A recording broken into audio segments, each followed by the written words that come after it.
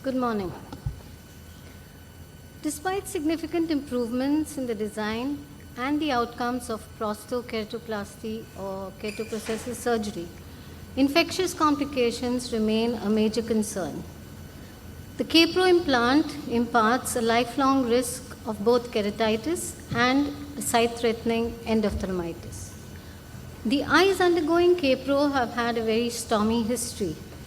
Previous chemical burns, Stevens-Johnson syndrome, and often multiple prior procedures which make these eyes at risk for a host of complications, including infections. And infections always compromise device retention. I have no financial disclosure. The most common anterior segment complications are retroprosthetic membrane formation and glaucoma. The most common posterior segment complications are sterile vitritis and endophthalmitis. However, persistent epithelial defects and corneal stromal necrosis also occur to a significant degree, and these are risk factors for keratitis and endophthalmitis.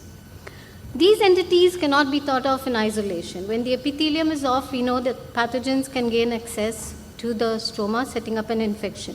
Also, if the cornea melts and there's perforation, endophthalmitis can result. And the thing about endophthalmitis in the setting of a K-Pro is it has very poor outcomes compared to any other ocular procedure. The gap along the optical stem, that's the danger line. That provides a direct access into the anterior chamber.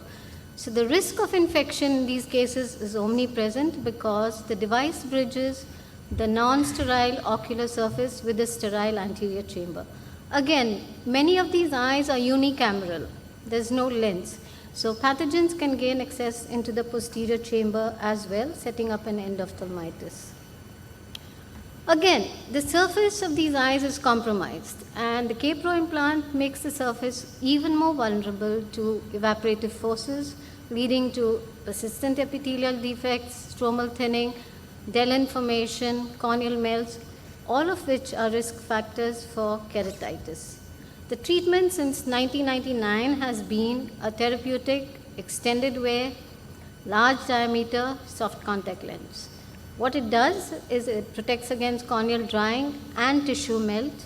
It prevents evaporation and improves the corneal surface. But there's also a heightened risk of infectious keratitis and colonization, and recent reports have all shown an increase in fungal keratitis and fungal colonization.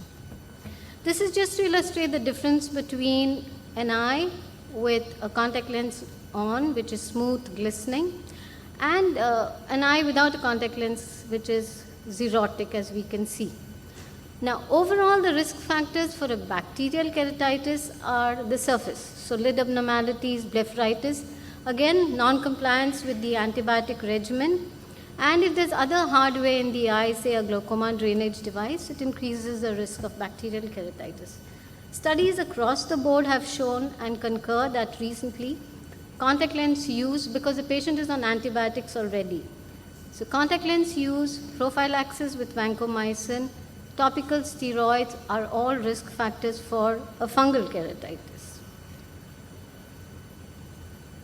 Persistent epithelial defects occur more in the setting of limbal stem cell deficiency, which most of these eyes have, and this, of course, is associated with an increased risk of infection. Prevention is key, but in many of these eyes, you may not have another procedure done before, but an oral mucosal graft or comet to the ocular surface before taking up the patient for K-Pro may be required. Intraoperatively, for eyes at risk, at the end of the procedure, a tarsorrhaphy or amniotic membrane grafting may have to be done.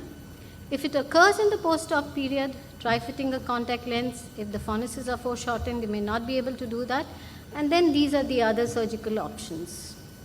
So this was a 68-year-old female, preoperatively, the photograph on top.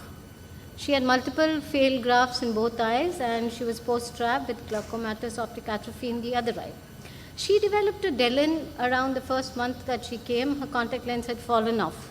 Fortunately, she did not develop infection, The epithelium, heaped up epithelium was scraped, did not show organisms. She was managed conservatively with hyped up antibiotics, lubricants.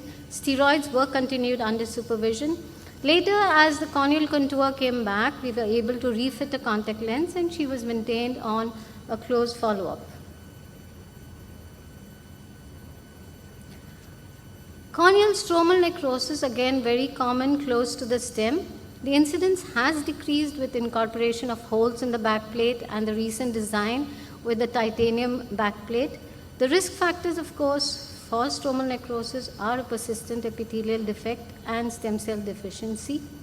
All cases may not be infective, so it could be a case of ocular surface desiccation, which requires copious lubrication, a contact lens fitting if possible, and may even need a tarsorrhaphy. Immune-mediated necrosis would require immune suppression and occurs more when there is a lot of vascularization. And then, of course, it could be infectious, which we will discuss, and maybe a hyped-up persistent defect. So this was the second case that I'm discussing. The picture on the top left is 6 months pre-op, a case of Moran's ulcer with phthisis in the other eye. Patient was put on oral immunosuppression and had a quiet eye before surgery, went ahead with a K-Pro. And about 7 months out from surgery, he came with decreased vision, pain of about 4 days.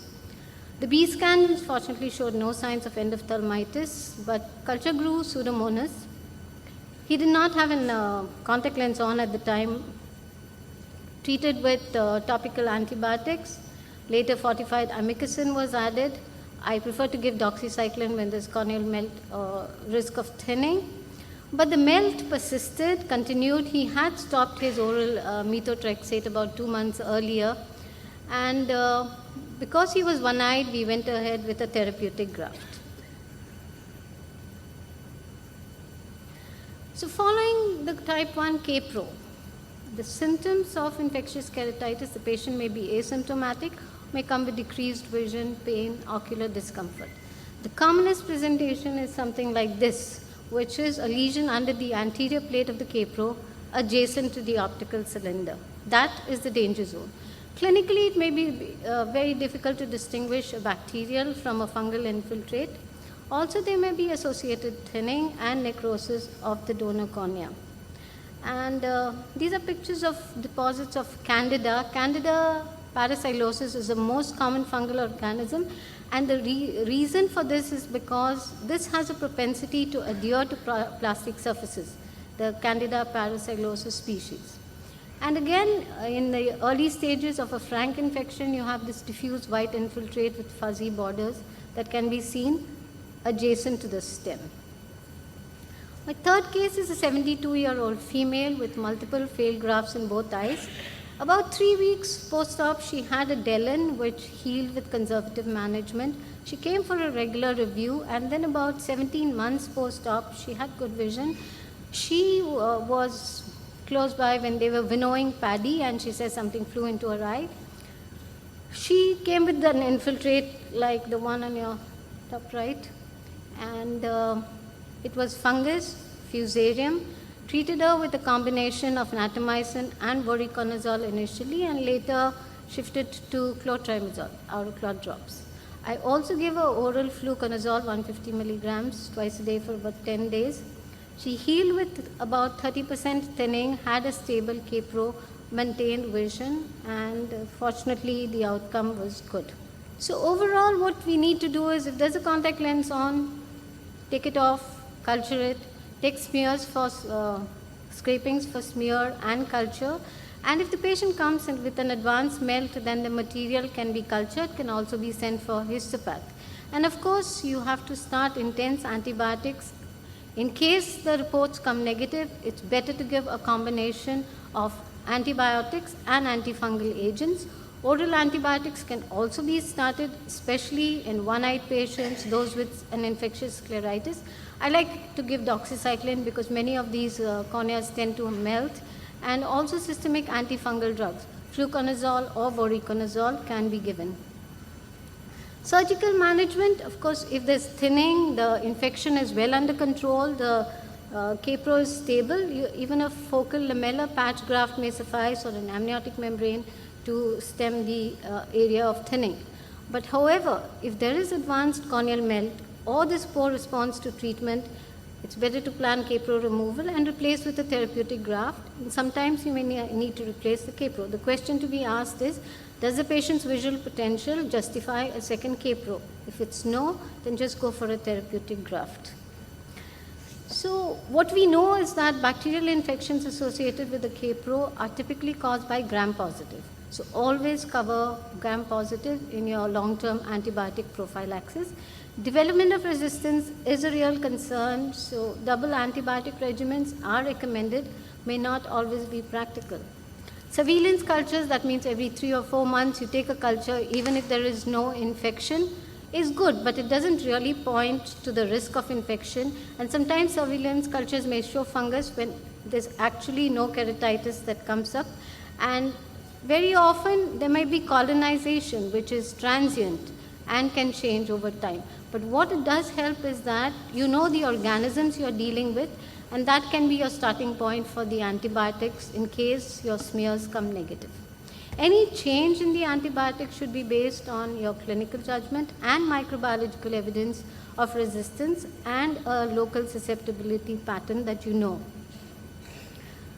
Again, because these eyes are at risk and very often it's a last resort procedure, you need to pull all stops. So what is often and now advised is do baseline cultures, especially do a nasal screen, because strep pneumo causes a very devastating infection and it's known to have a transient colonization in the nasopharynx. So that screen is recommended. Also have conjunctival and corneal cultures pre-op. A pneumococcal vaccine is also being advocated. At every routine clinical visit, it's good to underscore the importance of compliance, so reinforce antibiotic adherence, check for drug availability, especially in the initial stages when the patient is on 45 drops.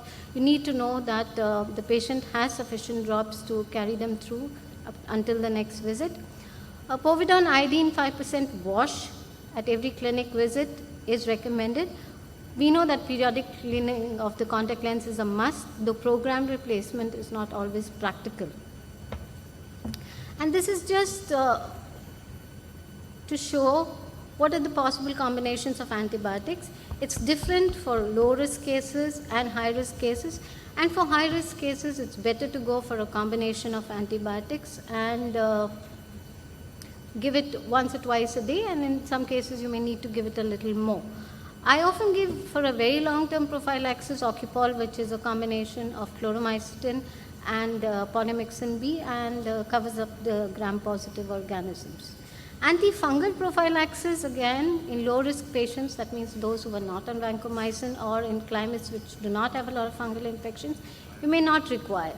But moderate and high-risk patients, it's better to go for an antifungal prophylaxis, which may be twice daily for a week, every 3 months or so. And this is people who've had a prior fungal infection. Supposing there was a graft done before the Kpro. Those cases, also warm, humid climates like ours, agricultural exposure, immunosuppressed patients, diabetics, etc.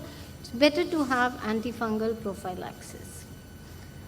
This was an interesting study that was done with 25 Kpro eyes, 25 PKP eyes, and 25 normal controls, and smears were taken for culture. So culture positivity rates, bacterial species were same across all groups. Normally encountered staph epidermidis and coagulase negative staph. Fungal cultures were negative except one stray case in a PKP which did not have infection. And what was interesting was that eyes with Kpro were more likely to be colonized with fluoroquinolone resistant bacteria. And this was a study that some of us co-authored, which was international results with the Boston Kpro, and showed that corneal infiltrates were similar across both the groups, which was an international group versus one center in North America, while endophthalmitis was much higher in the international group. Yeah, finished. What's new is antibiotic-coated prosthesis, antibiotic or antifungal soaked contact lenses They're doing collagen cross-linking to maintain corneal rigidity and prevent corneal melting. And hypochlorous acid is being tried as a new agent, antifungal agent. Thank you.